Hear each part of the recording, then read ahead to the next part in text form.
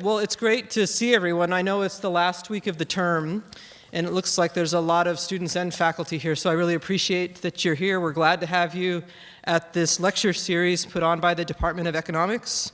My name is Jennifer Simpson. I'm the Acting Associate Dean of Research in the Faculty of Arts. I'm going to take just a couple minutes before a professor from economics introduces the speaker to say a little bit about this lecture series. My understanding is that the background of the series initially came from a professor in economics, Dr. Francisco Gonzalez, and at that professor's previous institution there was a similar kind of series.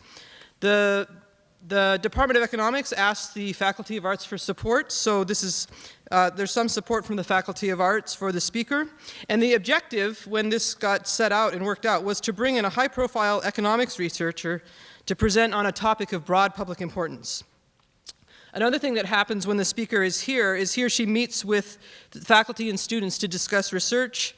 Clearly, benefits like this one put on by the Faculty of Arts and departments in it highlight the importance of economics research and raises the profile of the department, the faculty, and the university as well. And I think the reason that the Faculty of Arts and departments in it like to support these kinds of events, more and more, those of us in administration and who teach, and maybe yourself as students, are getting questions about, what's the role of the Faculty of Arts? Why do we need the departments in the Faculty of Arts? History, classics, economics, in society. So we're getting more and more questions about those, and I think it's really important that we have clear answers. And lectures like this one give us those clear answers. And I'm going to cheat a little bit here because I was fortunate enough to go to lunch with Professor Levine. But I know I recognized at lunch that he really demonstrates why I think we need a Faculty of Arts to help us think about hard questions. And what a Faculty of Arts does is it brings good thinking to pressing social issues.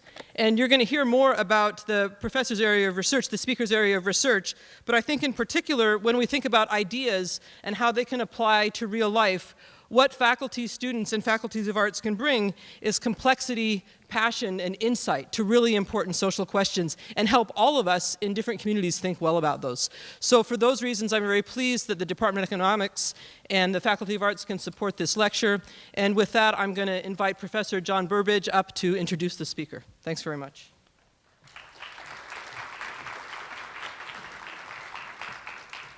Thank you very much, Jennifer.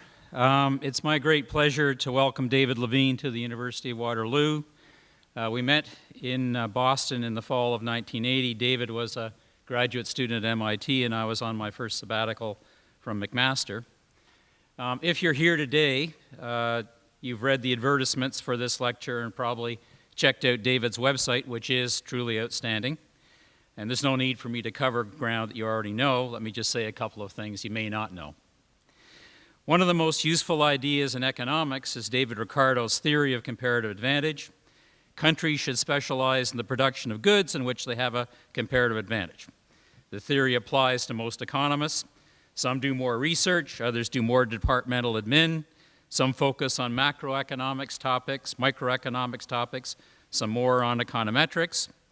David is unique amongst economists. He has done and is doing it all.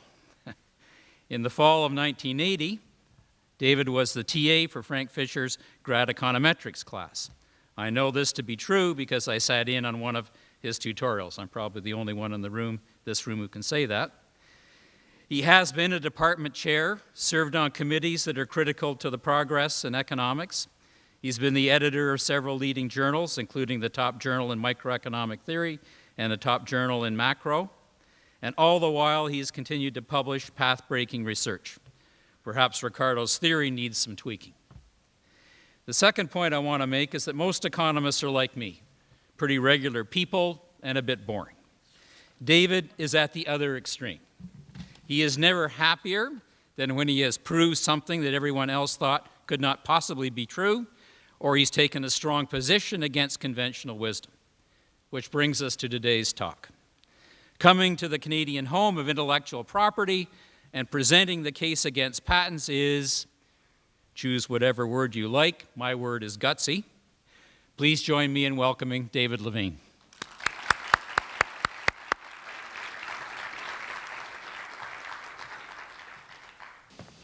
Let's first see if I can get the equipment to work properly. Let's see, should I turn this one off?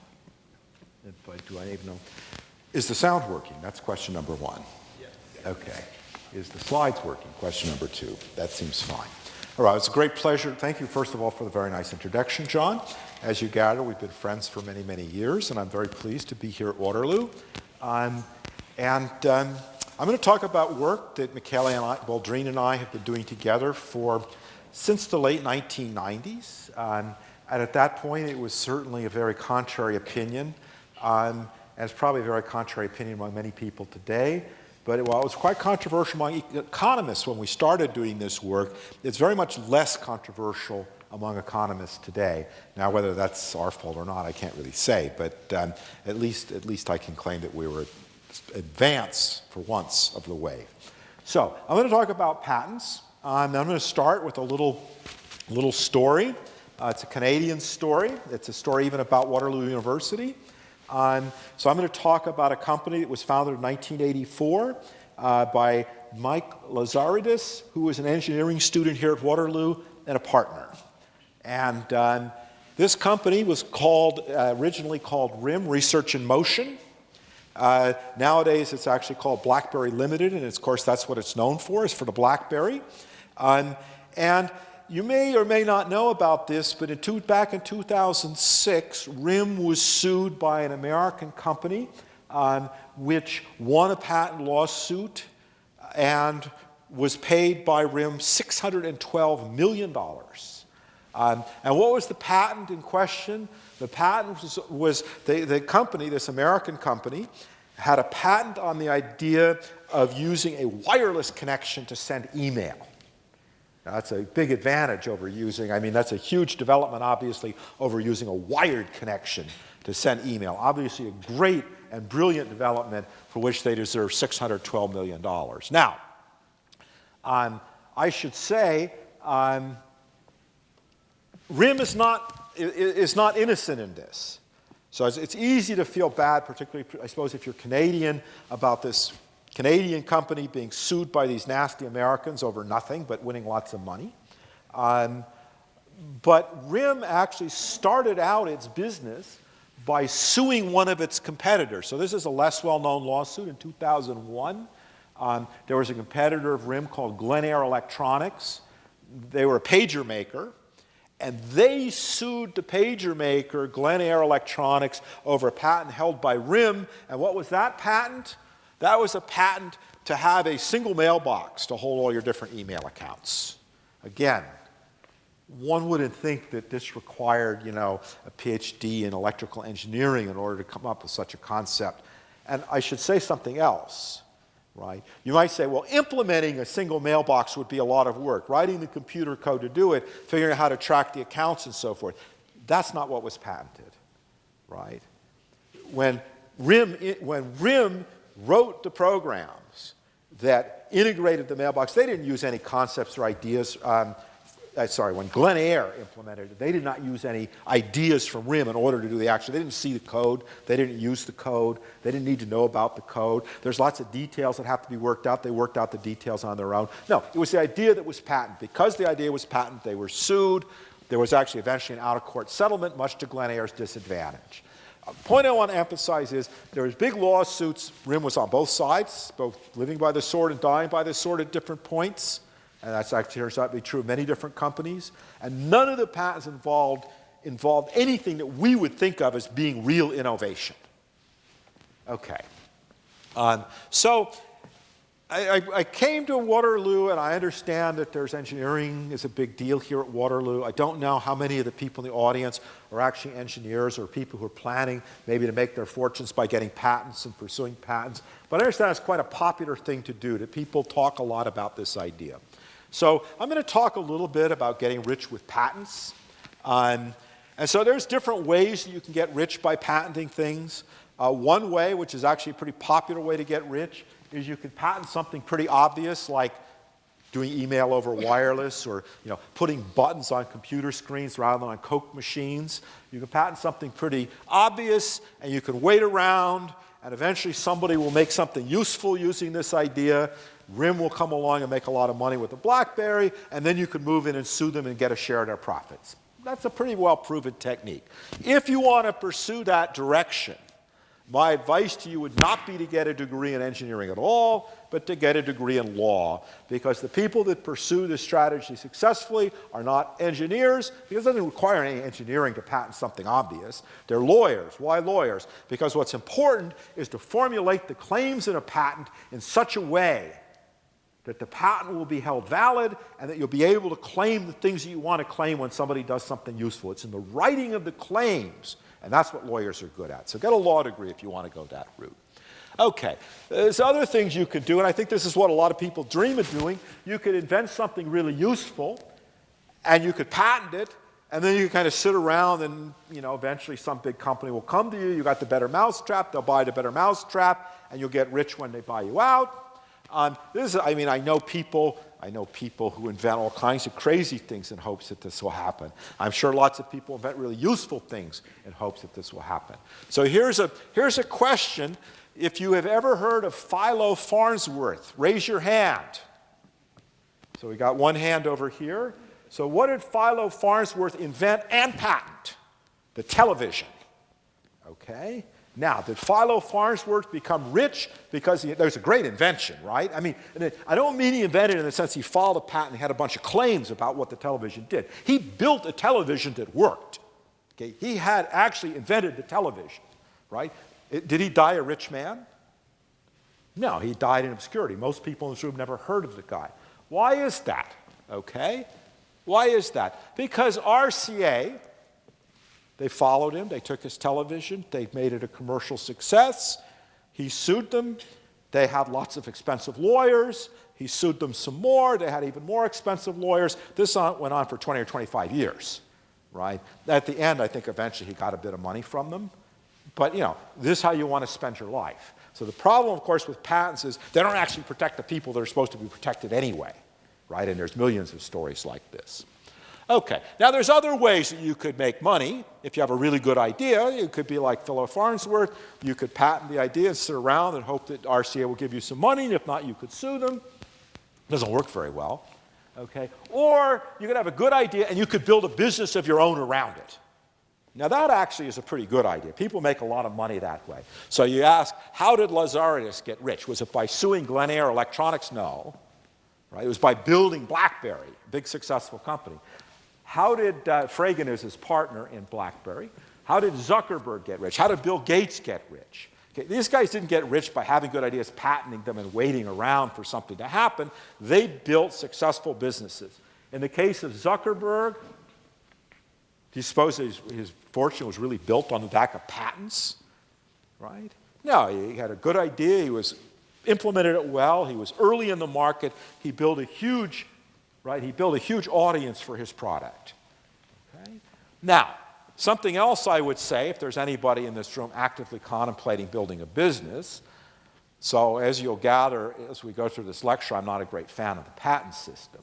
But advice I would give anybody who's going into business that might involve ideas that could be patented is, please patent them. But not because you expect to get rich off of them, but because you're going to need them to protect yourselves against guys like the guys that sued RIM. If you don't patent the stuff, then you put yourself at risk that somebody else will patent your idea and sue you for using your own idea. And that's obviously not a good idea. Okay. Now, I want to turn away a little bit from the issue whether patents are good for you personally. I want to ask whether patents are good for Canada. Okay, now, that's not a very familiar looking map. Okay, that's a map of the United States, Mexico, and Canada. But the land areas have been distorted to reflect population, right? So, of course, Canada, particularly on a Mercator projection, which exaggerates the landmass of Canada. Canada is physically very large, but of course, there are not so many Canadians as there are Americans. The proportion there you see is proportion between people that live in the United States and people that live in Canada. So here's my question. Right? Suppose that every idea invented by an American is patented, and every idea invented by a Canadian is patented, and every Canadian has to pay an American for American patent ideas, and every American has to pay a Canadian for Canadian patent ideas. Who winds paying the other the most money? Right? So you Canadians have to pay for 300 million American ideas, and they have to pay for what, 30 million Canadian ideas? That's not a very good exchange from Canada's point of view. So I would say any small country that thinks that patents are a good idea is a foolish small country because they're going to wind up giving all their money to the big countries with maybe not so much that they get in return. Okay, now the real question, I suppose, for me, as an economist, not necessarily for everybody in this room, is whether patents are a good idea for all of us in the broad sense. From a social point of view, as a society, is it good to have patents? So I'm going to turn from Canada to the United States because patent law, in a sense, is written into the U.S. Constitution. And what the U.S. Constitution does is it authorizes the Congress of the United States to do something particular to promote the progress of science and useful arts by securing for limited times to authors and inventors the exclusive right to the respective writings and discoveries. So the exclusive right to your discovery is what a patent is about. The patent application says what your discovery is, and you get then a 20-year exclusive right to use that, if it's approved, 20-year exclusive right to do it. Now, there's a reason for doing this that's written also into the U.S. Constitution, and that is in order to promote the progress of science and the useful arts. Now, as an economist, I take maybe a slightly broader view. The question is, does it enrich us as a society to give patents? Does it deliver the goods? Okay. Do patent systems lead to more inventions? Do patent systems lead to more innovation, to more growth, and to more prosperity? Are we a richer society today because we have patents, or are we a poorer society today because we have patents?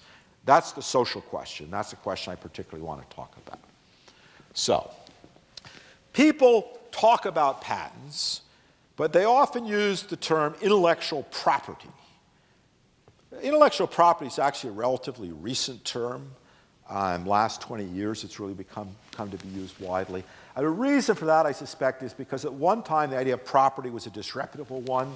In the 60s, right, there was a wave of socialist sentiment in college campuses throughout the United States and Canada, and the notion of property, property rights versus human rights. Human rights are good, property rights are bad. But that's been kind of swept away, and today we generally think of property as a good thing, right? Capitalism has triumphed because of property, and so intellectual property seems like property, a good thing, and therefore when we give a patent, all we're doing is we're giving somebody their property, okay? Now what's property all about? Why do we like property, we capitalists like me, okay? I got in trouble just the other day for being a capitalist, just to be clear about this.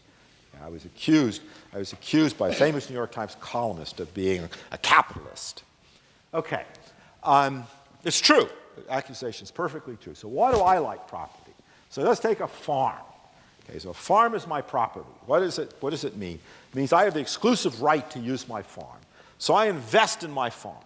I improve my farm. I maintain my farm. I grow crops on my farm. I try to make my farm thrive and be successful. Why? Because I am entitled to what comes out of my farm. I get the benefits of the farm, so therefore I invest in the farm. And what happens in a world where people can come and take your farm without your permission? Why would you invest in your farm? Why would you build a big barn to hold animals on your farm if somebody can just come and take your animals and take your barn? Right? So, why would anybody bother? So we had lots of empirical evidence about this, right? So you just need to look into the history of the country Zimbabwe, formerly known as Rhodesia, right? So in Zimbabwe, right, after black rule, after the end of the Civil War, property in farms basically ceased to exist. Gangs of thugs went around and said, you guys are white, you farmers, we take your property. And what happened? What happened is the economy of Zimbabwe collapsed, right? Because it was a huge farming economy. It had huge, successful, thriving farms. And people who had their farms seized or thought they might have their farms seized, weren't really interested in investing a lot of money, right, in putting crops and so forth in their farms. So the data on this is really pretty significant. Now, talk about property versus competition. Okay, so what is it about property? So if somebody steals my farm, I don't have a farm anymore. Somebody steals my bicycle, I don't have a bicycle anymore. Okay, what happens if instead of somebody stealing my farm, they set up a farm next door to my farm? So they buy the property next to mine, and they set up a farm, And the other guy, he farms harder than me, and he works harder than me, and he invests more in his farm than me. And then what happens? The price of food goes down because this guy's so efficient, and I lose my business, my comfortable business, right? My farm's not doing so well because of competition with the guy next door. What has he stolen from me? What has this guy stolen from me? He stole my customers. Right? I used to be comfortably selling my farm products. Now a new guy has opened up in competition to me, and he's stealing my customers by selling to them at a better quality good at a better price. And he takes my customers away from me. Now, that's not theft. Customers aren't property, right? Why do I own you, my customer? Why can you only buy from me? That's what it would mean for a customer to be property. I would have the exclusive right to sell to you. Okay, that's called competition. So if economists think that property is good, we also think that competition is pretty good. Okay? So competition is good, but theft is bad. Competition makes us better off. It makes us work harder, invest more. Theft makes us worse off. It makes us work less hard and invest less. The property turns out is maybe a little bit ambiguous in all this. So a good example is, suppose the government were to grant me exclusive farming rights for the country of Canada. What would that mean, exclusive farming rights? It would mean anybody who wanted to farm in Canada would have to get my permission. I would issue a license saying you're entitled to farm and you have to pay me for the license. Okay, that would be exclusive farming rights. Okay? I can sell the farming rights. I could say, John, I own the exclusive farming rights for the country of Canada. Would you like to buy it from me? And if you offer me enough money, I sell it to him. And he would have exclusive farming rights. It's property, right? You can buy it, you can sell it, you can license it as you wish. But here's the thing. Would it be a good idea to give one person the exclusive farming rights for the country of Canada? We wouldn't really call that competition. We'd really call that monopoly, right? And what would the monopolist do? He'd reduce the number of farms. He'd reduce the amount he would issue few licenses, charge high prices for the licenses. And of course, everybody in Canada would have to pay a terribly high price for food because the prices would be so high and there wouldn't be so much food. All right. So this is really the problem. What you think of as downstream restrictions on the uses of property, right? I say to you, you can't farm because I have the exclusive farming right. That's a bad kind of property. Farms, that's a good kind of property. All right. Now, I'm going to come back to exactly what that works, but I want to go back to what is the idea behind patents. How do patents figure into this? So what's the idea behind patents? Well, the first idea behind patents is this, right? The idea behind patents is this. What's the best way to get rich? So we want to encourage people, that's what it says, encourage innovation, encourage discovery, right? Encourage new ideas. That's the idea of patents. So we do this by doing what? By giving these exclusive rights, like farming rights. Okay? And so what is the thing that we're trying to prevent by issuing a patent? What does a patent enable me to do?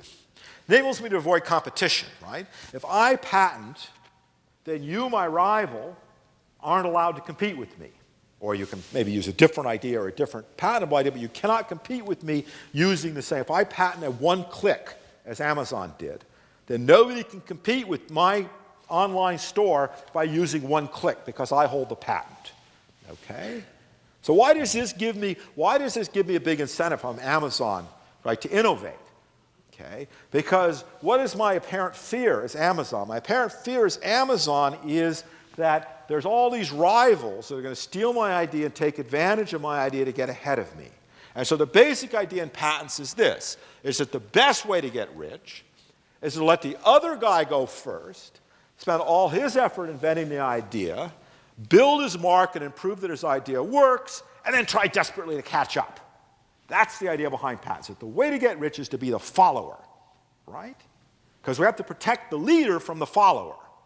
And so the basic idea in patents is it's good to be the follower and it's bad to be the leader. That's the idea in patents. You might wonder whether that's what patents really do. Okay, let's talk about Apple and the iPhone for a few minutes. So lots of firms tried to sell smartphones. Apple was not the first firm to make a commercial for sale smartphone. There were lots of efforts to sell smartphones for years and years before the iPhone. Apple got the first one that people really liked and really wanted to buy, and that was a big commercial success.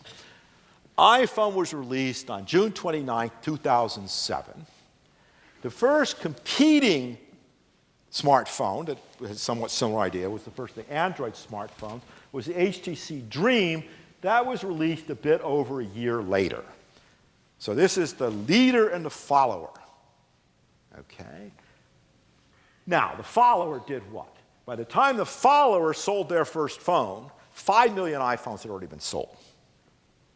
Okay? 5 million people already said, Apple is the thing for me.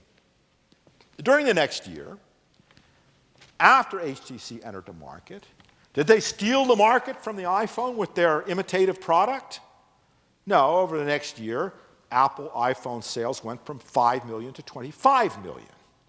Okay, so in the face of this imitator, they went crazy, and while in that year, how many Android phones were sold? Less than 7 million in the first year. Okay. Now, what did patents have to do with this? Maybe the whole thing was that Apple had patented the iPhone, and HTC couldn't really build a good phone because Apple had protected all the important ideas that they put into the iPhone with patents. Well, Apple tried to use every kind of patent trick that it could. Here's the thing. It didn't file lawsuits during the first year or the first 2 years. Why should it? Its market was growing like crazy, right? At some point, iPhone sales leveled off, and Android sales kept growing. At that point, Apple started suing the Android manufacturers like crazy. And did that work? Did they keep the Android guys out? No. Android, as we know, overtook and went way ahead of iPhone in sales. Okay. So patents here don't seem to be playing exactly the role that was anticipated for them. It was supposed to be protecting Apple from competition, yet Apple, in the early years after it innovated, made huge killing by being first and getting ahead, and the guys scraping to catch up never made much money, and they never took them a long time to catch up, right? Then, when it finally came down to it and the competitors finally started catching up to the iPhone, the patents didn't give them any protection at all. The other guys overtook them anyway, even though they patented everything under the sun. Okay? It's not a great triumph for the theory of how patents are supposed to work. All right. So here's what I want to say. I want to think a little bit more about the theory of how intellectual property or patents should work. And I want to think about ideas as property and exactly what it is that is patented, right, and what it means to have property in an idea. So there's two things you might mean by an idea. There's sort of the abstract idea, the idea of a button on a computer screen that you push in order to buy a product. Okay, there's an idea. And then there's copies of the idea. So every computer screen has a button on it. That's a copy of the idea. Every computer program that puts a button on the screen, that's a copy of the idea. Okay. Here's the thing. Copies of ideas don't really need protection, right? So I have the idea in my head of a button on a screen that you push. You have the idea in your head of a button on the screen that you push, right? They're just separate copies of the idea. Can you steal my copy of my idea? You can create another copy, but in order to steal it, you have to get it out of my head, and that's going to be pretty difficult, right? The point about intellectual property, the point about ideas is, if you use my idea, it's not theft. It's not theft because you didn't take my idea away. I still have my idea. I can still use my idea. What you've done is you've created competition. You're using the same idea to compete with me, but you've in no way hurt my idea. I still have my idea. I can still use my idea. Okay. Maybe you're stealing my customers. That's fine, but that's different than stealing my idea. So what intellectual property is about, and this is something long recognized by economists, is intellectual property is about creating a monopoly. It's about all copies of an idea. If I own the patent for the one-click button, it means everybody that uses that idea, every copy of that idea, has to pay me or get my permission to do it. That's what patents are like. Okay? Now, historically, economists have been so-so about patents, but not actively hostile, I would say. Okay? Why is that? Why do economists who hate monopoly and love competition not just throw patents out the window from the very beginning. And the reason is because of the idea that I spoke of before, that being a follower is better than being a leader. So economists had this idea in their head, right, that if I have an idea and it's expensive for me to develop, then an imitator, after I release my product, if it's not patented, an imitator can come along, they can copy my idea for free, and then they can compete with me, and by competing with me, they take away my profit, and by taking away my profit, there was take away the reason for my having invented the thing in the first place. And perhaps even anticipating that I don't invent anything because I know that if I invent it, that an imitator will come along and they will take my profit, and then I won't get anything for my idea.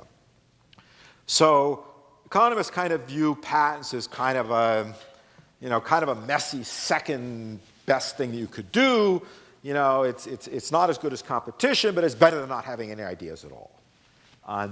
Most economists don't much think that anymore, and the reason for that is that at one time economists were pretty hopeless theorists, and they thought, well, this is a theoretical matter, the imitators steal all the profits, there's no incentive to innovate. But actually, as it turns out, even if people can imitate you, doesn't mean that you can't profit. And so I'm going to talk a little bit about different things you can profit with, but there's some obvious things, two obvious things. One is lead time. Look, the idea that the way to make money, right, is to wait for the other guy to build a big successful business and imitate him is a crazy idea, right? No, the guys that make the big money are the guys that get there first and build the big market. I can go through example after example. I can go back to the 1900s. I'm talking about the big catalog sales companies, Sears Roebuck and Montgomery Ward, two of the richest guys in America. And they created an idea that anybody could imitate without any trouble.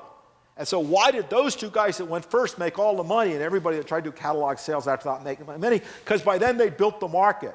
People knew Sears Roebuck. People knew Montgomery Ward. Joe Schmo catalog sales, who'd ever heard of that, right? iPhone. Think of how much money they went by being first to market. Think of how much money they made before Android became a successful competitor, right? They were raking the money in. They raked way more money in those days, okay? So this idea that the way to make money is to wait for the other guy to prove the product, get the thing working, and then you jump in and you imitate him for free, and what? Okay, people try this over and over and over again, and you know what? It never works. Okay, so there's that issue. Now, there's another way which you can earn money through intellectual property. I'm going to come to that. It's something called complementary sales. And so there's two ways to make money by selling something. One is you can sell that thing, and the other is you can sell something that you get by virtue of having invented the thing. I'll give an example. I don't think it's in these slides, but how many people here have heard of Red Hat? Red Hat is a company that sells Linux distributions, their own Linux distribution called Red Hat. They're a Fortune 500 company. They're a pretty big company. And they sell a product that anybody can legally copy. And actually, there are legal copies that are sold. I forget what it's called, but there's another company that makes an exact duplicate of the Red Hat distribution. And in the old days, Red Hat used to sell, and this is before everything was done online, they used to sell CDs. And you buy a CD of a Red Hat distribution for $65. But people could legally make copies of those CDs and sell them in competition with Red Hat. And they did.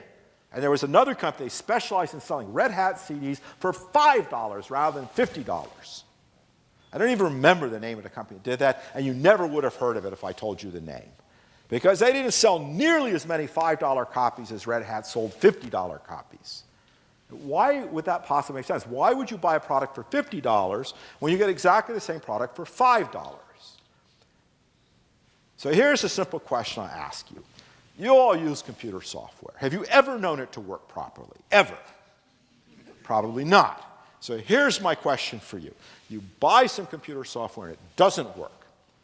Who would you like to call up on the phone to get some help? The guy that wrote the computer software or the guy that copied the computer software, right? So what was Red Hat selling for $50? Quite explicitly, in fact. They were selling service and support. The $5 guys were just selling CDs. That's an example of a complementary sale, right? You sell something else. You sell service. And by virtue of being the inventor, you can provide better service than the guys that just copy the bits on the CDs. Okay. Now, there's a trade-off here. On the one hand, competition can reduce the incentive to innovate. There's no question about it from the point of view of a single person, right? If you say, build this mousetrap and you can have a monopoly, are you more or less likely to build a mousetrap than if somebody says, if you build this mousetrap, you can't have a monopoly? Question answers itself. So it seems as if patents should encourage innovation. But there's a flip side of that, which has to do with patent systems. Because in order to invent a mousetrap, maybe I need to use a spring. And maybe somebody else has the patent on a spring. So in a patent system, I might have to pay the guy to use his idea of a spring in order to build the mousetrap. So on the one hand, I make more money from my mousetrap under a patent system. But on the other hand, I have to pay more money to build my mousetrap also under a patent system. So there's two sides of this coin, and it's a bit ambiguous as to whether patents actually do what they're supposed to do, which is increase innovation. Now, this is a rather old thing, 1994. I'm just quoting from two very famous economists, Gene Grossman and Elon Heltman, and they say what? They say firms must be able to sell their products at prices in excess of unit production costs. They must make a profit on their products if they're to recover what they pay up front for research and development. In other words, there has to be some imperfect competition to support investment in new technologies. Okay? So at the time that was written, this was widely believed among economists as well as everybody else, despite the fact that it's wrong both as a matter of theory and as a matter of fact. Okay, so I want to talk about both of those things. So first, let's talk about, do patents actually deliver the goods? They lead to more innovation? Okay, so I've already said there's this issue of patents, right? Innovations that build on older ideas.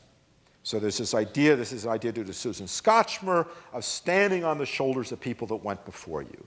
To build your innovation, so imagine, I give a simple example. Imagine that the Latin alphabet was patented, and that therefore every time you used a letter from the Latin alphabet, you had to pay a license fee to the person who owned the patent for that particular letter. Every time you wrote the letter A, you had to pay a penny to somebody because they owned the patent on the letter A. Right? It'd be pretty difficult to do anything in such a world, right? How much would you write if you had to pay a penny for every letter? People would write some things, but they wouldn't write very much. It'd be pretty expensive to do term papers, problem sets, write reports. Okay. This is actually has a name. This is called the hold-up problem. A hold-up problem is what? Well, suppose I have the letter E. I'm going to charge you really a lot of money, right? Because E is a very popular letter, okay? But the problem with the hold-up problem is when you have all of these guys, each holding the right to a different letter, each one overcharges by a little bit. Because if I raise the price of a letter E, what happens? It reduces the demand for the letter E, but it also reduces the demand for the letter A, B, and C, because you can't really use those letters because the price of E is so high, right? So I tend to overprice, because part of the consequence of my overpricing is all the other people own the other letters. They take part of the loss, but I get the gain of the increase in the price of the letter E. That's called the hold-up problem. And there's examples of this where things are cut in too many pieces. So there was some sort of land scam in Alaska in which somebody sold, like little pieces of land that were 1 inch by 1 inch, right, to thousands and thousands of different people. Right? And so the problem was, then the titles, so there's like a whole acre of land or some big, very decent amount of land, but it's broken up into these little square inch plots owned by thousands of different people. So the problem is, the land is now forever perpetually useless, right? Because in order to ever use land, you'd have to require all those square inches from all the different people that have them. Imagine what that would be like, okay? It would be insane. So this is the hold-up problem. So intellectual monopoly, it increases the war's innovation, but also the costs. So it could be that the patent system reduces innovation. It depends on which of these two things predominates. There's a famous example. People love James Watt, the champion of both the steam engine and the patent system. Why the patent system? Because the guy made a lot of money by patenting the steam engine and suing everybody under the sun that ever tried to build a steam engine until his patent expired. What was the consequences? What was James Watt's steam engine? Did this lead to the revolution of steam trains and steam boats and steam jennies that marked the Industrial Revolution? No, the only thing that James Watt's steam engine was ever used for was pumping water out of mines. That was the great accomplishment of James Watt. He made it a little bit cheaper to pump water out of mines. And what else happened as a result of that? For 31 years, while he held the patent, anybody that tried to build a decent steam engine, that is small enough and lightweight enough that it could actually be used to run a train or a boat or something, was sued by James Watt. Right? So far from being the heart of the Industrial Revolution, James Watt probably delayed the beginning of the Industrial Revolution by 31 years. That was his accomplishment. What enabled him to accomplish this was the patent system. There's other examples of this. The Wright brothers, right, who invented the airplane, right? What kind of great airplane did the Wright brothers invent? Well, their airplane ran on a track. It went, 200 feet through the air, and then it landed. It was a track, straight line, 200 feet, and come down. Totally useless, right? What would you ever do? What is the commercial value of such an invention? What did the Wright brothers do after they invented this great airplane? They did two things. One is they patented it, and two is they locked it in a barn so nobody could ever see it again. Okay? And anybody, okay, Glenn Curtiss in particular, tried to build an actual working airplane that could, take off and fly around, do something useful, come back and land where it started, fly from point A to B and back again, got sued by the Wright brothers. So what was the consequence of this? Well, in those days, patents weren't quite as international as they are today. So the Wright brothers didn't have a patent on the airplane in France. Right? So if the Wright brothers built I believe in 1904, the first, 1901 or 1904, the very early 1900s, the first airplane. If you recall these movies about World War I, right? They have actual airplanes flying around, shooting each other, and doing all kinds of, you consider that useful, all kinds of useful stuff. Quite a leap from the Wright brothers airplane. It went and flew and then kind of landed. Okay? So in those 10 years, how did these airplanes get built with the Wright brothers suing everyone? Well, the answer is the French did it. Right? All the airplane development took place not in the United States. The ones that built useful airplanes were in Europe, because if you tried to build a useful plane in the United States, you got sued by the Wright brothers. Now, what does the evidence say? This is about across different industries in the United States, and it plots on the one hand, right, how much patenting there is. So some industries, there's lots of patenting. Some industries, there's a little bit of patenting. So you think that patents are really great. You think that industries have a lot of really, all these great patents should have very high productivity, right? So this vertical axis is productivity in that industry. So do the industries that have lots of patents have lots of productivity? The line is about as flat as you can get. There's no apparent relationship between how much patenting there is and how much productivity there is. So just on this basis, you can draw lots of these graphs and look at lots of data, but they all seem to show pretty much the same thing. There's just no evidence that patents work. Okay? That having more patents actually, or better patents, making it easier for people to get patents, having patents in the first place leads to more innovation or leads to greater productivity. So just from that point of view, from a social point of view, doesn't seem like we're getting a very good bargain. Okay. John, where am I on time? 10 minutes. Okay, let me skip this slide for 10 minutes because there's a couple other things I want to say. I talked about this one, so I'm going to skip over that. Okay, so I'm going to talk for a minute about software patents, because software patents are probably the worst kind of patents. Why do I say they're the worst kind of patents? Well, there's a couple of things. One is empirical and one is theoretical. First is, I talked about the hold-up problem. The hold-up problem is somebody owns a patent in every letter in the alphabet, right? So the problem is, if you need to build something that has lots of little pieces, and all the little pieces are patented by somebody, it becomes very difficult to build anything. All the people you have to contact, all the license fees you have to pay, all the people that might have a brainstorm and say, my letter is really important. You've got to pay me a lot for my letter. So the thing is that software is like that. If you've ever written any software, looked at any software code, you realize that even the simplest piece of software incorporates probably hundreds or even thousands of different ideas. right? Linked lists. I mean, I can go through, just thing after thing after thing, different kinds of data structures, right? Do loops, recursion, right? You can go through lists of all the things that go in it, just the simplest kind of a software program. All of these ideas are incorporated. If these were patented, I'll quote Bill Gates on this. Bill Gates said if all this stuff had been patented, the industry never would have developed in the first place, right? Nobody would have been able to write a computer program because all the different pieces would be patented. Now, fortunately, and this is the empirical bit of information, up until the mid-1990s, it was impossible in the United States to patent software. So nobody patented linked lists. Right? Linked lists is a much deeper and more interesting innovation than pushing a button on the screen to buy a product. Okay? Nobody patented different kinds of B trees, okay? And on and on and on. None of this stuff is patented. It wasn't patented because it was all invented at a time when you couldn't patent this stuff, and thank God, because otherwise there'd be no computer software day, there'd be no computer revolution. Starting in 1995, and if you want to know something about how judicial system works, a bunch of judges got together who were lawyers and said, oh gosh, we are theoretical lawyers, think it'd be a really good idea for intellectual reasons to allow patents to extend to software, and since they were judges, they got to do it. There was no legislation ever involved in this. So here's the point. You have this long period of enormous software innovation, not patented, huge growth of the computer industry. Then you bring in software patents. This computer industry keeps growing like crazy, but you see lots of innovation. Now you see big innovations. Push a button on the screen to buy something, right? Those are your big innovations you get after patents. Right? All the big stuff had already been done without patents. So it's not a great triumph. Okay, so I think at this point there's been a lot of empirical work done on both the way patents work in the software industry, okay, and the consequences of patents in the software industry. These patents are mostly used, well, I'll talk about defensive patents in a minute. That's just a bad idea. We should at least get rid of software patents. So when I say get rid of patents, I'm not speaking for all economists. When I say get rid of software patents, I think I pretty much am speaking for all economists. Okay. So part of the issue here is the arms race issue.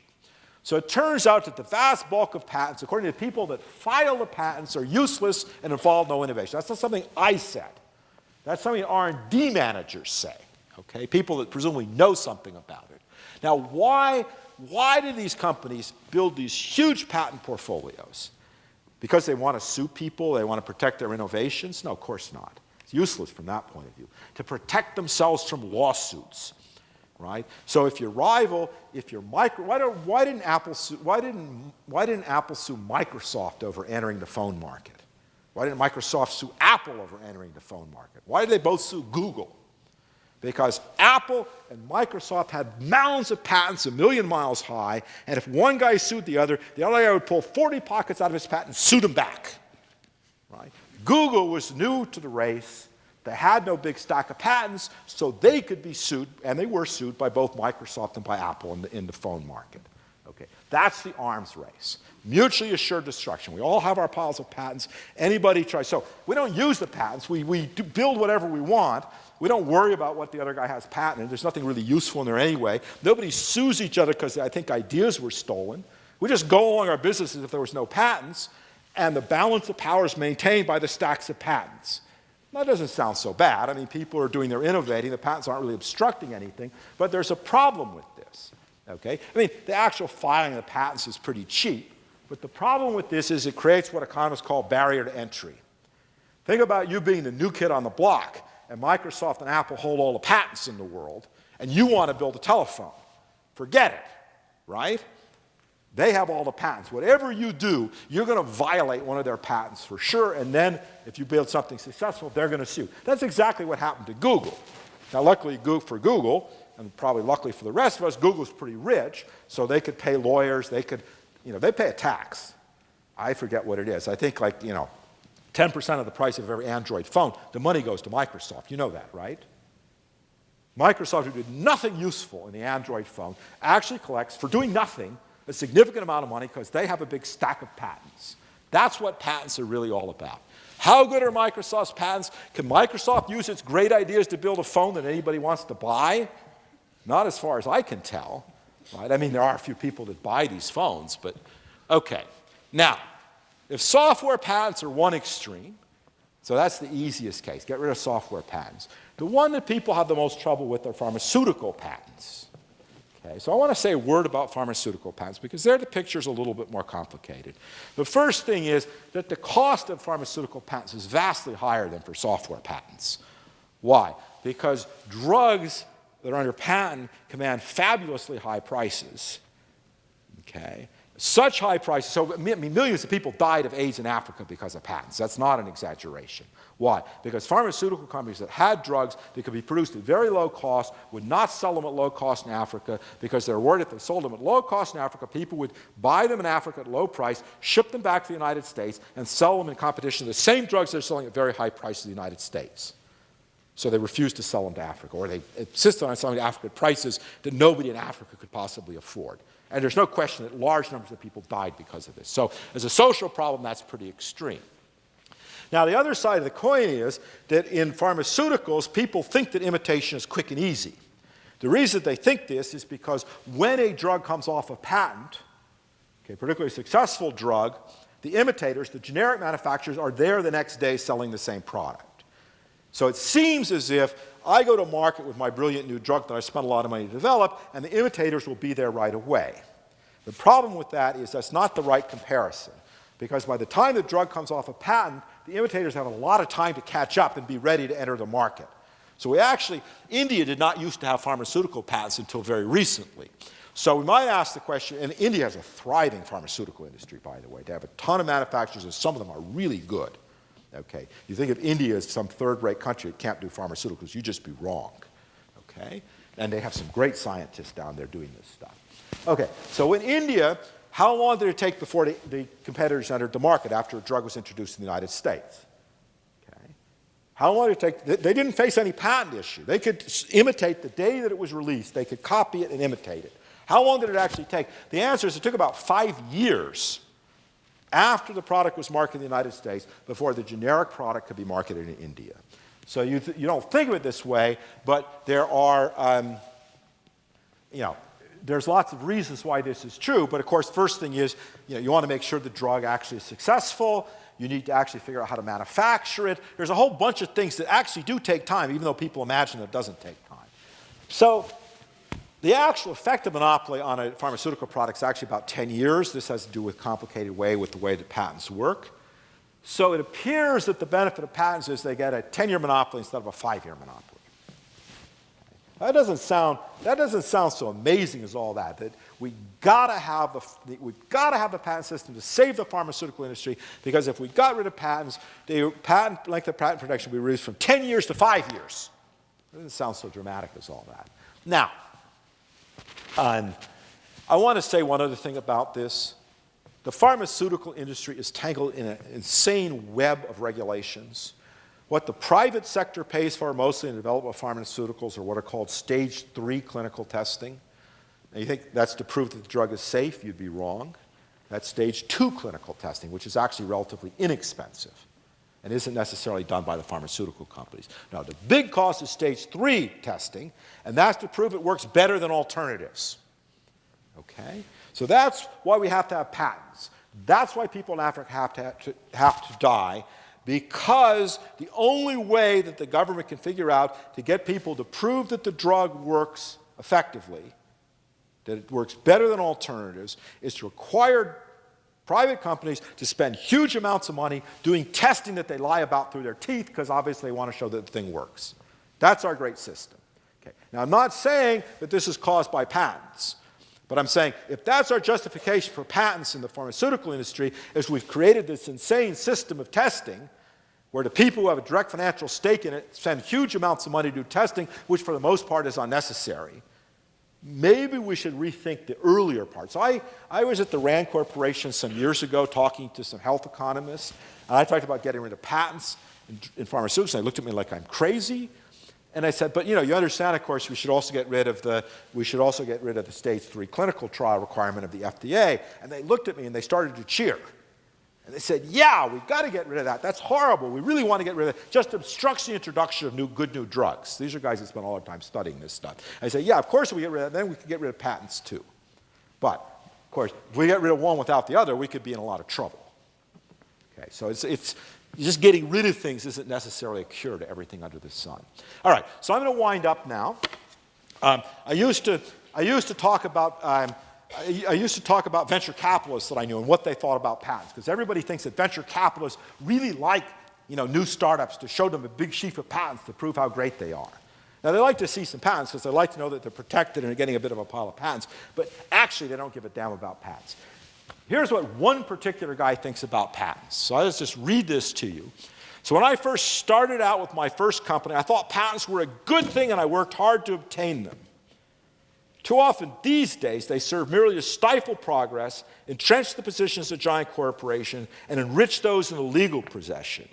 When I realized that receiving a patent really just meant that you bought a lottery ticket to a lawsuit, I avoided them whenever possible. So, this is Elon Musk. He is the owner of both Tesla and SpaceX. This is specific. There's no patents in the rocket business for complicated reasons. He's talking about patents that Tesla Corporation held over electrical cars. Okay? And we believe that Tesla and other companies making electrical cars in the world would all benefit from a common, rapidly evolving technology problem. So the way that real technology leaps forward, like the internet, all these other things that have jumped, computers, personal computers, phones, is that guys chase each other like crazy. They don't fight each other with patents and lawsuits, try to prevent people from, they imitate each other like mad. One guy has a good idea, another guy imitates it and does a little bit better, the first guy goes back and he gets ahead. That's how it works. Each guy is scrabbling. At this point, the market's small. You're building the market. Everybody's profiting. They're all doing well, right? And Elon Musk, that's what he's saying. He understands. He doesn't have to fear competition from General Motors, right? Technology leadership is not defined by patents, which history has repeatedly shown to be a small protection indeed against a determined competitor, but rather by the ability of a company to attract and motivate the world's most talented engineers. We believe that applying the open source philosophy of our patents will strengthen rather than diminish Tesla's position in this regard. That is, you want to get ahead, you want to build a technology, build a company, build a product, get ahead of the other guy. Okay? That's the way it's done. And the other guy tries to get ahead of you, and you try to get ahead of him, and you grow the market, and everybody gets rich. And this has happened hundreds and thousands of times before. And then, when everybody's rich, and nobody has any new ideas, then they pull out the patents and start suing each other. That's how it actually works. And is that what we want? So this is why I'm against patents. And I will stop there and take questions. Okay.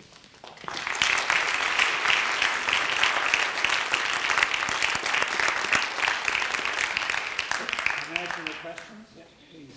Go ahead, the back. So I understand being against patents in general. However, I consider patents basically the judges to decide what's patentable, what's not. I think it's easier for a chemical formula, like perhaps in the chemical industry or pharmaceuticals, decide on that rather than in the design or one click. The other thing is in the pharmaceutical industry, it takes about $1 billion or so or more even to develop a new drug. And so I think on these two counts, by being objective about what's patentable and by costing a lot of money to develop this product, I think at least the pharmaceutical industry enjoys a unique position compared to other industries where you have both ambiguity with regards to what patents. The chemical formula is strict, and also because it takes so much money and time, lead time to develop a new drug. So I think that's uniquely special. I see the arguments, but I think that's still like special for pharmaceuticals. Okay. Let me answer them as they come. Okay, so I don't know if everybody heard that. So he raised 2 points, both largely correct about the pharmaceutical industry.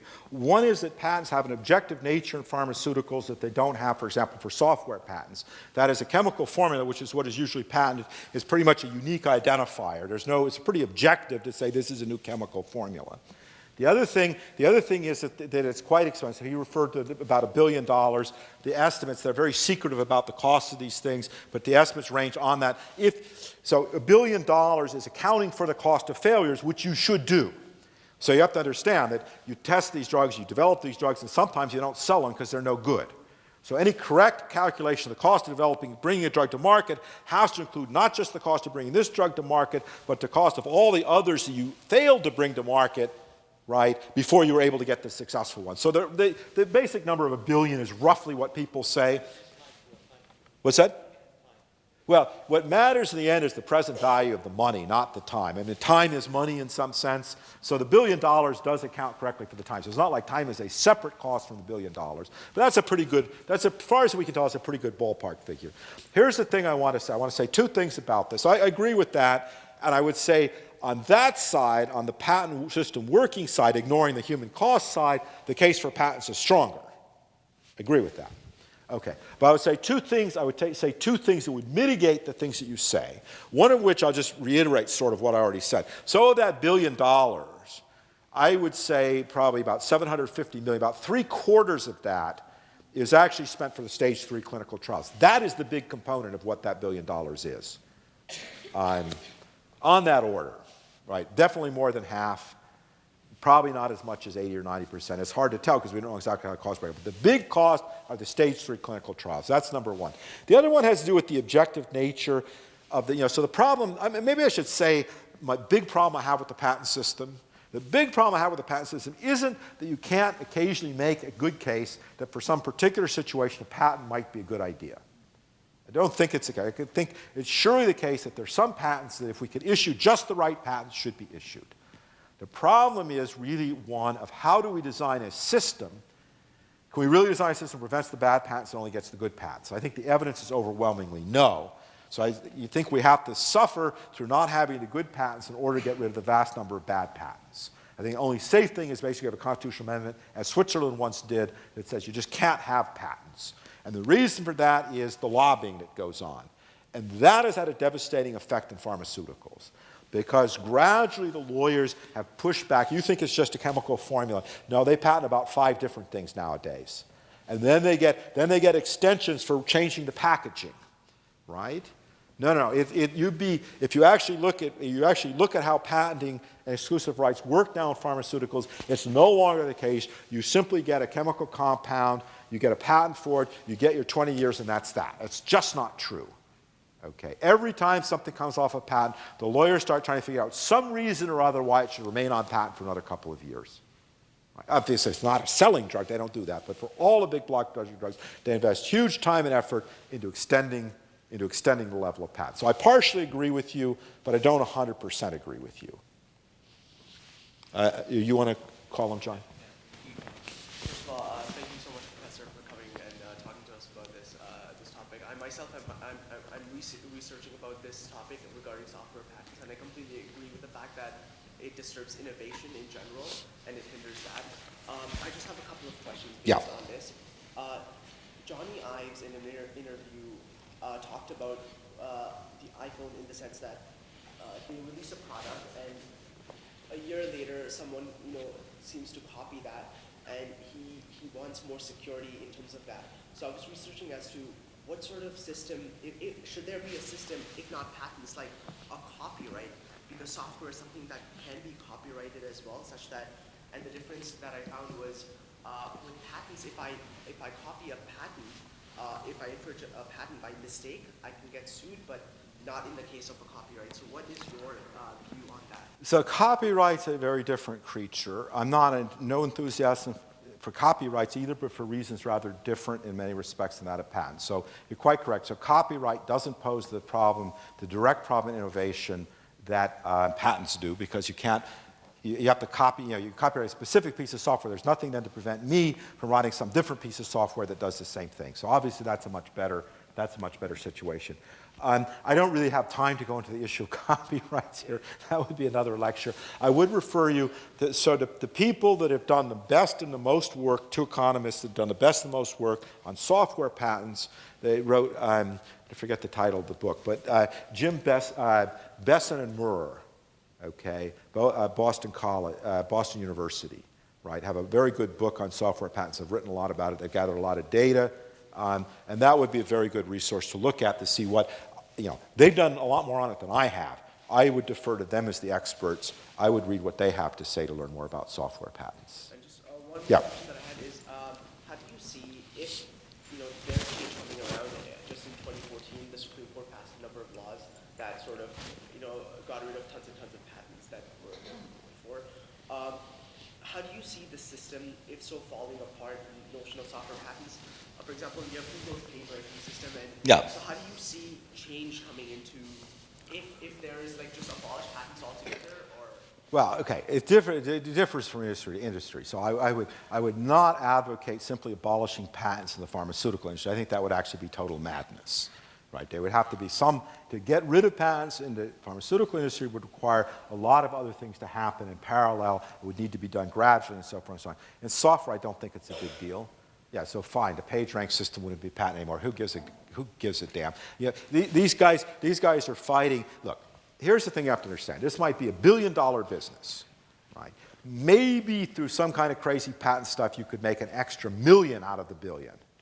Yeah, that's not very much compared to $1 billion. Why would you do it? Well, the answer is if you can pay somebody $50,000 to get you another $1 million, it's always worth doing it, right?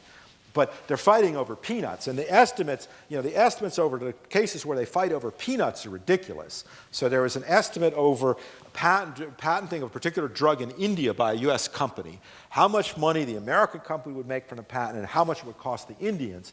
And it would cost, I don't remember the exact numbers, but it would cost the Indians it would make the American company like $1 million at the cost of $20 million to the Indians.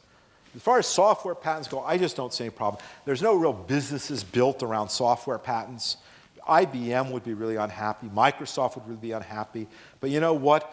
They're not doing anything. They're just collecting money for not doing anything. Right? I don't see that as being some big shock to the economy that a company was being paid. There used to be $1.5 billion company, and now they could be a $1.4 billion company because they get paid a bit of extra money for doing anything. Is this a big deal we should worry about? Don't think so. John, you're sorting the... Go ahead. Do you imagine a system where there could be some sort of checks and balances in place to make sure they're working on the products that their patents cover? There's something we're called non-practicing entities, also more commonly known as patent trolls. Non-practicing entities are companies that either patent or buy patents, but never actually produce anything, and they sue people that do produce things. Now you see what the reason for this. The reason for this is if I don't produce anything, nobody can counter-sue me, because can they counter-sue me for? I'm not using any patents, right? So this in a sense gets around the arms race, but not in a good sort of a way. So yeah, I think there's some benefit of getting rid of the non-practicing entities. It would at least force guys to only use the patents for defensive purposes. So, I mean, there's sort of different theories. One theory is we should oppose all change because that will make things so bad we have to get rid of the whole thing. That's like the communist theory, right? That's not my theory. My theory is if we can do something that improves the situation even a little bit, we should always do it. So I agree. I think it would improve the situation a little bit. I don't think it would be a huge, huge benefit. You understand a lot of the fighting here in patent reform is between big companies and little companies. So the big companies want to be able, Microsoft would like to avoid the patent trolls while being a patent troll itself. Right? But it produces telephones, right? So, I mean, in that sense, technically it wouldn't be a patent troll, but it actually is a patent troll. John. Thank you. Thank you again for coming. And I noticed on slides 7 and 8 specifically that you use the corollary or you use the idea of the concession to farm as sort of a similar parallel to patents. And locally, we actually are having this crisis in our transportation industry, specifically taxi cabs, which is to suggest that the concessions are being given a value, much like a patent would be giving a value. And the question I have for you really is, how would you put the genie back into the bottle? Is anyone entitled to compensation? If so, who is? And how do you do that? Okay. Just for those people, I presume that the issue here is, most cities regulate taxi cabs by allowing a limited number of companies and a limited number of taxis. Some places it's done by selling medallions, but usually there's licenses, and these licenses trade at a high price. So if you want to drive a taxi, there's only 1,000 taxis allowed, so you've got to buy a taxi permit from one of the 1,000 people that already has one. And that could be, depending on the city and the number of permits, that could be quite expensive. And so now the problem is Uber comes in, or Lyft, I suppose, and they don't get the permits, and they just start basically pretending they're not running a taxi service, but they compete directly with the taxis. And now what happens to all these guys? So think of the guy who's the individual taxi driver, who's an independent, that bought a medallion, and he was making, he paid in New York City maybe $250,000, spent his life savings to buy this $250,000 medallion. What? It's $300,000 Okay, so I'm understating it, but you get the idea. I wasn't trying to understate it on purpose. I'm happy with the bigger numbers. $1 million, right? So $1 million must be a commercial company. An individual is going to have a tough time. But here, maybe 300,000, a guy could get a loan. He builds up, he builds up 30, 40,000 of his own money. He gets a loan. He puts in $300,000. And now these guys come in, and the value of the medallion plunges, obviously, right? And that seems pretty bad. And I agree, both in economic and human terms, we want to avoid that kind of thing. It seems, this kind of transition, I don't have a super good answer to it. Yes, I think some compensation should be paid. There's a limit to how much unraveling of these things you can do. The problem here is, the easy way to do it is by graduating the entry. But I think that's very difficult to do here and probably not very desirable. The thing is, in some sense, the technology has changed. There was a legitimate reason why these taxi cabs were regulated. And the legitimate reason is if you've ever been in a city where they aren't regulated, if you've ever been in Buenos Aires or worse yet, Mexico City, what it means is there's all these taxi cabs that go around robbing people, right? Because anybody can be a taxi driver, including a robber. And this is actually a pretty bad system. You have tourists coming in, you can't take a taxi because you'll be robbed or kidnapped or something. That's actually really bad. And that is a serious problem. There's also a problem on the other side with taxi drivers getting robbed by passengers. It's a little bit maybe less publicized problem, but it's also a real problem. Uber and Lyft get around this problem by basically creating a reputational network on the web. The important thing is that the information is when you get in the taxi cab, you'll be safe, and for the taxi drivers, he'll get paid, right? And Uber and Lyft, basically by creating a database of taxi drivers and a database of customers as well, get around this problem. And so in a certain sense, the regulation is obsolete, right? But then you have these poor guys, and you can say the same thing about pharmaceutical patents. So one company bought a pharmaceutical patent from another company, paid a huge amount of money, and now it's worthless, right? In pharmaceuticals, it's not such a big issue because you want to phase it out gradually anyway, so it wouldn't be such a big deal. But in software, for example, I bought a big software patent, paid $1 million for it. Software patents, I actually have no sympathy for the guys. I say screw them. Because they're not doing anything useful anyway. The taxi drivers, I feel differently about it. An obvious thing to do would be, for example, to impose some sort of tax on Uber and Lyft and use that to pay something off. I wouldn't propose 100% compensation for these guys, but I would propose some sort of buyback scheme where you buy back medallions at a discounted price, so at least they don't get their throats completely cut. John, you're stacking the questions, I think. You next? Well, kind of like going back to the technology patents part. Yeah. I know that there's a lot of sort of like smaller tech companies that own patents for like certain processes, and as a result, their companies end up being valued a little more. Would you say that it's possible that with enough ownership of patents, it could cause a severe overvaluation of that company? And with too many patents in like the tech industry, for example, could that also result in like a bubble of sorts? I'm doubtful about that. I must say I haven't really thought about it that much. I mean, I think the guys that are you're talking about the stage before they go public, where they're still getting venture capital money. I think the venture capitalists look at a lot more things than patents. Right. I think this idea that venture capitalists have some kind of formula involving patents is a myth. I've never spoken to any venture capital, and I know people that do venture capital invest a lot of money in it, right? And you're talking about patents. A, they hate patents. And B, they really worry about companies that put too much effort into patenting because they think these guys aren't really building products, but they're just a bunch of lawyers. I think they worry also about companies that don't patent at all because they think these guys are idiots. Right? I think there's some happy place in between they're looking about. The guys are smart enough to realize they have to patent things, but they don't come to the venture capital and say, pay me because I've got lots of patents. They say, pay me because I've got a great product, a great business idea, and by the way, I've got the patents to protect it. I think that's what these guys want to hear. So I think there's all sorts of venture capitalists. There are probably venture capitalists that just have some formula involving patents. They probably overvalue some guys. Those venture capitalists probably don't stick around quite as long, would be my guess. I've seen your hand several times, so. Question about the graph you given in the slides. You show the productivity as the... Productivity is on the vertical axis. Yeah. Patenting is on the horizontal axis. Yeah, how do you define the productivity here? For example, the iPhone, he invented the smartphone, and it totally changed the lifestyle and improved the productivity. But how can you define it? Okay, so productivity is defined basically as how much. So if you pay $100 for the labor and the ingredients that go into making the thing, and you sell the thing for $50, that $50 is a measure of the productivity of what you're doing, right? So it's how much more, it's like value added, right? It's how much more you're able to sell for it than the ingredients that make it up. That's the definition of productivity, right? So if the pieces of the iPhone cost $100 to sell and they can sell to you for $600, that's big productivity, right? I'm interested in the measurement of innovation. Yeah. So many people use number of patents to measure innovation because, well, the data is there is objective. And then you also mentioned that people who do innovation then register these patents so they can defend against future lawsuits. So does that mean that number of patents is still a good measure for innovation? That measure of patents is basically a lousy measure of innovation for a whole bunch of reasons. So, for example, when they allowed software patents for the first time, the number of patents soared through the roof.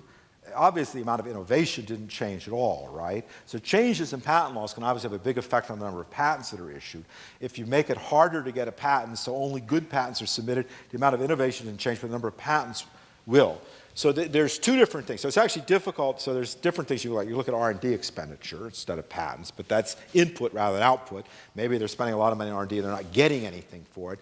So people use some rather, do empirical studies, use some rather clever methods because to get around these problems are obviously well understood.